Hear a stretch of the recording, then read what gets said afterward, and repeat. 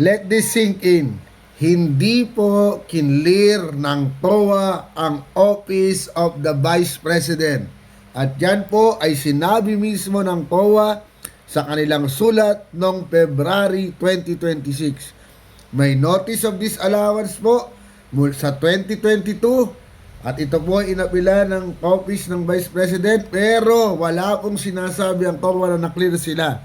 Maliwanag po na tinignan ng COA yung mga acknowledgement receipt na pare-pareho na may seeming anomaly sa confidential funds, at never ever pong sinabi ng COA na malinis, cleared si VP Sara at ang Office of the Vice President. Ayan po yung mga ebidensya na nakikita ninyo sa video na ito.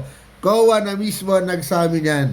Kaya, mga kababayan, huwag po tayo magpapatiwala dito sa mga kinakalat na fake news. Niloloko tayo, binubudol tayo para palabasin ng yung mga magnanakaw o kapwa magnanakaw ay malinis. Pero ang katotohanan, hindi naman pala totoo. Maging mapanuri sapagkat itong mga politiko na ito ay lolokohin tayo para lang maluklok at makapagnakaw sa pwesto. Wala yun, mga kaboses.